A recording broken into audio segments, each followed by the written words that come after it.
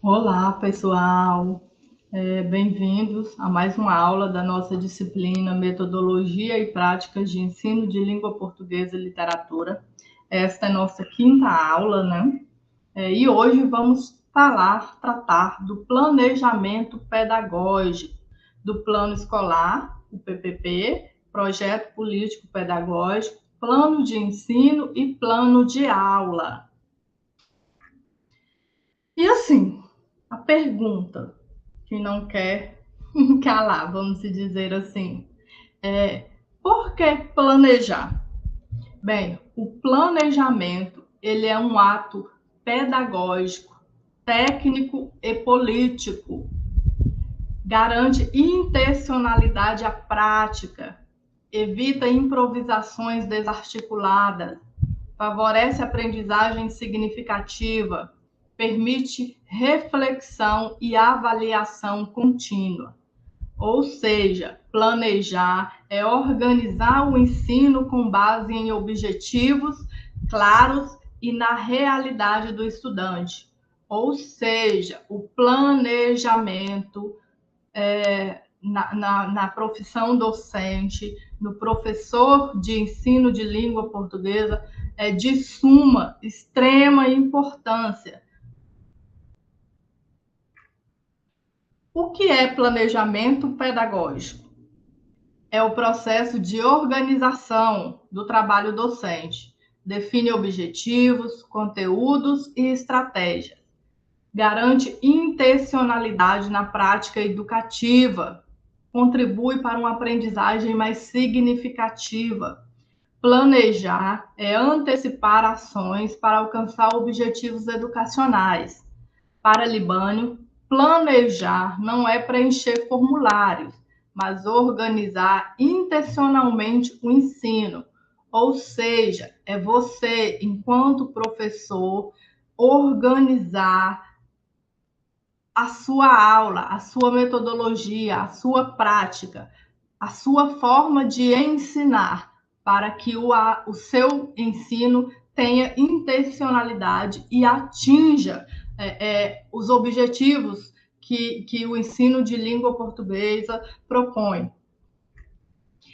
Primeiramente, o plano escolar ou o projeto político pedagógico. É um documento que organiza toda a proposta da escola. Nesse projeto político pedagógico está incluso todas as disciplinas, tudo que diz respeito aos conteúdos, o que será passado nas salas de aula.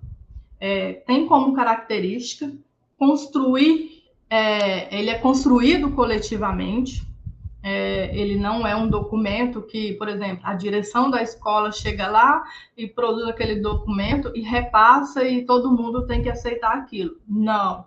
Isso aqui é construído coletivamente entre direção, professores, secretarias, comunidade, pais, entendeu? É uma construção coletiva. Define a missão, a visão e os valores da escola.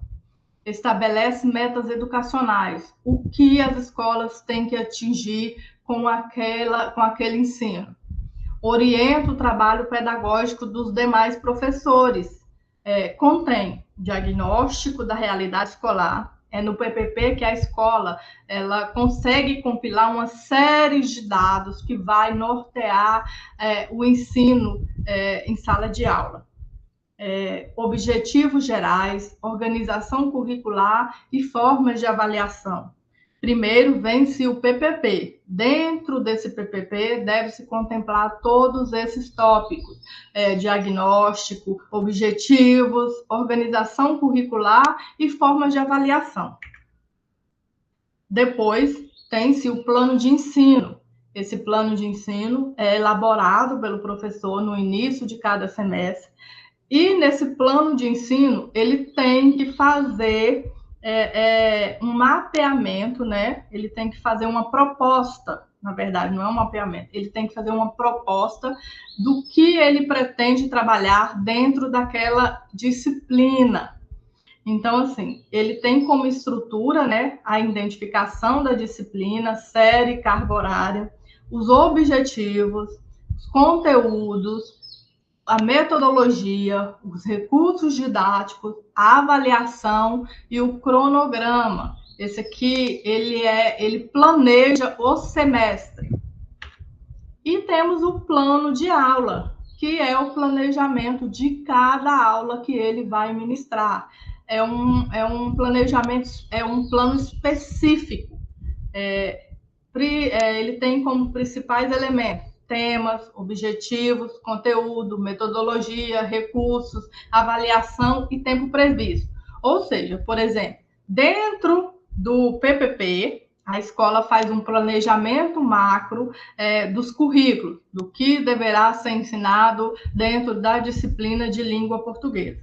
Dentro desse PPP, vem o plano de ensino do professor, que é o planejamento semestral. Dentro desse planejamento semestral, por exemplo, da disciplina de língua portuguesa, ele tem que colocar ali quais são os conteúdos que ele vai ensinar, a ementa, o objetivo que esses conteúdos têm que alcançar, quais serão os recursos utilizados para passar esses conteúdos, quais formas de avaliação ele vai avaliar esses conteúdos que foram ministrados para os alunos.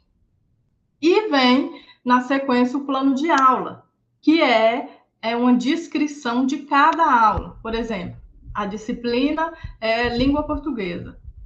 Eu vou montar um plano de aula, por exemplo, sobre o ensino de, vamos dizer assim, de o ensino literatura brasileira, literatura juvenil, ensino de gêneros textuais. Então, eu monto aula específica sobre isso, sobre essas questões. Ensino de sintática, sintaxe, ensino de morfologia, fonologia. Deu um branco aqui agora.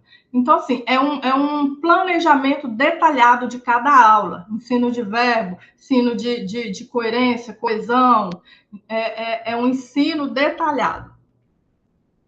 Qual a relação entre esses três documentos? O plano escolar, que é o PPP, é a identidade institucional da escola. É a identidade da instituição como um todo. O plano de ensino organiza o trabalho anual ou semestral do docente.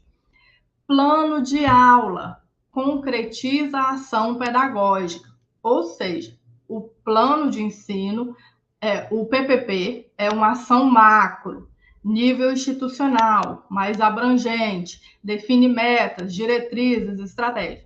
O plano de ensino, aí o PPP ele é elaborado de forma coletiva. O plano de ensino é elaborado individualmente pelo docente e ele organiza o trabalho do professor de forma semestral, define objetivos, conteúdos e metas. Já o plano de aula também é um planejamento individualizado e mais específico e detalhado, organiza cada encontro, cada aula com os alunos, define atividades, recursos e formas de avaliações. A coerência entre esses três documentos, ele acaba fortalecendo a instituição, porque assim, eu não posso ter um PPP que diz uma coisa, um meu plano, uma proposta de ensino semestral que diz outra coisa, e eu chego na sala de aula e ministro outra coisa. Então, não, ele tem que ser coerente, os documentos têm que falar entre si. E os desafios do planejamento docente? Entre os principais desafios do planejamento docente na atualidade, destaca-se currículos extensos. Hoje temos currículos escolares muito grandes e pouco tempo. Então, assim, você tem que trabalhar de forma que você consiga atender todo esse currículo de forma que esse ensino de fato alcance os objetivos, alcance os alunos. Tempo reduzido para a preparação das aulas, turmas heterogêneas, turmas muito diversas, gente, muito diversificadas. Nós temos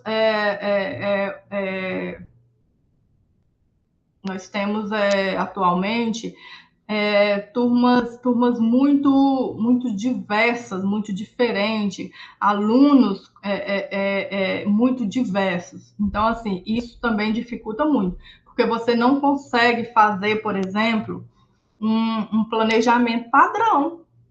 Por exemplo, na turma do 7º ano matutino, eu planejei falar sobre gêneros textuais. Dentro de gêneros textuais, eu vou falar sobre história em quadrinho. Já na mesma turma, 7º ano vespertino, esse tema não fluiu.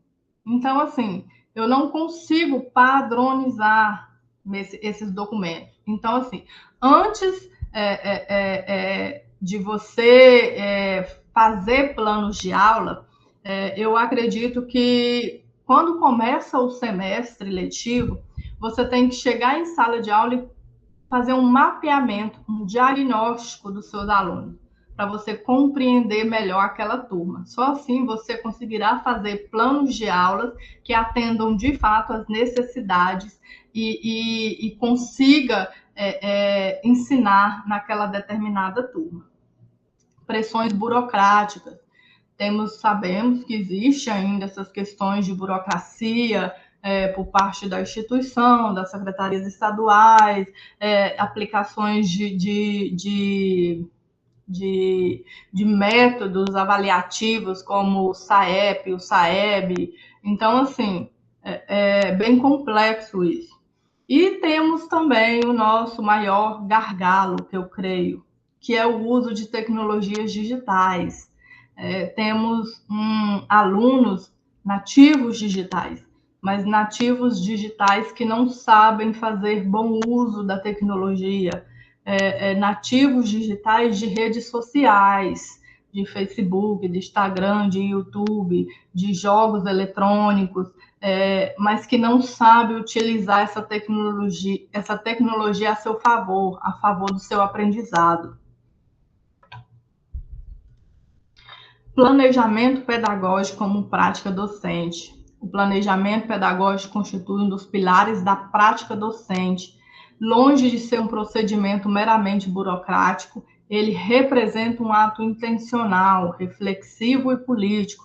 Planejar significa antecipar ações, definir objetivo, organizar estratégias e prever as formas de avaliação, sempre considerando o contexto social, cultural e histórico do estudante. Ou seja, quando eu faço um plano de aula, um plano de ensino, e opto por ensinar determinado conteúdo e outro não, só dar uma pincelada, isso é intencional. Eu estou fazendo escolhas enquanto professor. Planejamento como ato técnico. Do ponto de vista técnico, o planejamento organiza o trabalho pedagógico. Ele estabelece metas claras, seleciona conteúdos relevantes, define metodologias coerentes e estrutura a avaliação. Sem planejamento, a prática docente tende a se tornar improvisada, fragmentada e desarticulada. Infelizmente, a gente vê isso nas salas de aula, gente, porque assim, o professor ele pega uma carga horária exaustiva e ele não tem tempo de planejar as suas aulas. Então, você vê profissionais chegar na sala de aula sem nenhum planejamento. E aí chega na sala de aula, começa a aula, pede os alunos para abrirem um livro e ler um texto e responder as atividades daquele texto. Isso aí não é planejamento. Então, assim, eu espero que vocês, futuros profissionais de direito, tenham consciência disso, de que planejar organizar o seu tempo, é organizar o seu conteúdo. No entanto, o aspecto técnico não pode ser reduzido a um preenchimento formal de documentos, ou seja, não faça plano de trabalho, plano de ensino apenas para atender às solicitações da instituição. Faça esses documentos de forma que você consiga, de fato, ministrar, colocar em prática aquilo que você propôs no plano de aula, no plano de ensino. Pois esse processo trata-se de um estudo, de um diagnóstico da realidade da turma e de uma constante revisão. Então, assim, muito cuidado quando vocês forem elaborar esses documentos, porque, assim, não elabore documentos, vamos dizer assim, extensos demais, com muitas coisas, porque a gente sabe que o tempo é escasso. E aí, o que adianta eu fazer um plano de trabalho lindo, maravilhoso, que eu vou fazer N atividades, que eu vou fazer N coisas, e no final das contas eu não consegui colocar em prática isso em sala de aula. Sejam realistas na hora de elaborar um plano de ensino e um plano de aula. Planejamento como ato pedagógico. O planejamento é também um ato pedagógico porque está diretamente relacionado à aprendizagem. Ou seja, esse planejamento que eu faço do plano de ensino, do plano de aula, ele tem um objetivo claro, gente, que é ensinar. Então, eu preciso me focar nisso na hora de elaborar esses documentos. Ele espera essa concepção de ensino do professor, transmissiva ou dialógica, conteudista ou formativa, tradicional ou crítica. É nesses documentos que eu me posiciono como educador. Eu vou ser um educador dialógico, eu vou ser um educador conteudista, eu vou ser um educador tradicional. É através desses documentos que eu consigo me posicionar. Ao planejar, o docente define não apenas o que ensinar, mas como ensinar e para que ensinar. Isso implica considerar conhecimentos prévios dos alunos, diversidade cultural, diversidades de ritmos de aprendizagem, inclusão e acessibilidade e avaliação formativa. Assim, o planejamento deve ser flexível, permitindo ajustes conforme o desenvolvimento da turma. Ou seja, não faça planejamento fechado, porque a gente sabe que a turma é composta de alunos, gente, pessoas, seres humanos. Então, assim, todo mundo é viável a mudanças. Então, assim, seu plano de ensino, seu plano de aula tem que ser também viável a alterações. Planejamento como ato político. Toda prática educativa envolve uma dimensão política. O planejamento expressa valores, concepções de sociedade e compromisso ético. Ao selecionar conteúdos e metodologias, o professor está fazendo escolhas que influenciam a formação crítica do estudante. Ou seja, aqui, por exemplo, você vai ser um professor crítico, você vai ser um professor mais reflexivo, você vai ser um professor mais passivo, através de você. Você será o instrumento que vai mediar o ensino-aprendizagem dos alunos. E também é através de você que esses alunos vão receber direcionamentos. Então, assim, se você for um professor mais crítico, mais reflexivo, tenho certeza que os seus estudantes também serão. Você é um professor mais tradicional, você é um professor normativo, seus estudantes vão acabar sendo também. Então, tem muito cuidado nessas escolhas de vocês. Nesse sentido, o projeto político-pedagógico não é apenas um documento institucional, mas um instrumento de identidade coletiva e de compromisso social. Ele orienta a ação educativa em direção à formação como um todo. E aqui, só para relembrar, só para a gente ver essa diferenciação. Por exemplo, o plano da escola, o PPT, ele é institucional, o plano de ensino é disciplinar ou área de ensino, né? A abrangência dele é disciplinar ou área de ensino, e o plano de aula é específico para a aula. Objetivo, o PPP, gerais, voltado à escola como um todo. O plano de ensino, específico para uma área, por exemplo, matemática, português, ciência, geografia. E o plano de aula, voltado para uma aula ou conjunto de aulas específicos, dentro da disciplina português, matemática, ciência ou geografia, eu vou definir quais conteúdos eu vou ensinar dentro dessas disciplinas. Responsável. O PPP é a gestão escolar. O plano de ensino, o professor da disciplina. O plano de aula, o professor da disciplina. Foco principal. O PPP, diretriz e organização geral. É tipo uma normativa da escola. O plano de ensino, conteúdo e metodologia. É um direcionamento. É um direcionamento para o docente do que ele vai executar naquele semestre ou ano. E o plano de aula é uma atividade específica dentro desse contexto todo. Considerações finais. Planejar é organizar o presente com responsabilidade para o futuro.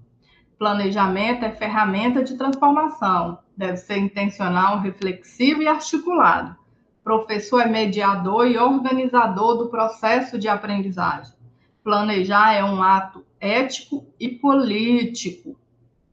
E assim, pessoal, essa é a nossa quinta aula. E como aqui a gente já trabalhou, né, esses 3 documentos, teremos uma atividade avaliativa que valerá 1 ponto, que é a elaboração de um plano de ensino. Você pode elaborar um plano de ensino sobre língua portuguesa, literatura ou língua espanhola. Eu vou colocar o modelo, né, do plano de ensino, tem um modelo específico, eu quero que vocês passem dentro desse modelo, ele vai estar postado no material complementar, na plataforma A. Então, assim, boa aula, bons estudos, e peço que vocês não deixem as atividades acumularem. A aula anterior já tem uma atividade de 1 ponto extra, que é uma questão dissertativa, e nessa aula a gente tem outra atividade, que é a elaboração do plano de ensino.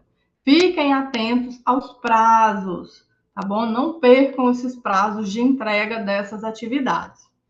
Então é isso. Até mais, até nossa próxima aula. Nossa próxima aula é ao vivo, né? E espero todos vocês lá. A gente vai falar sobre gêneros textuais. Como ensinar gêneros textuais, tá? Bye, bye. Até a próxima aula.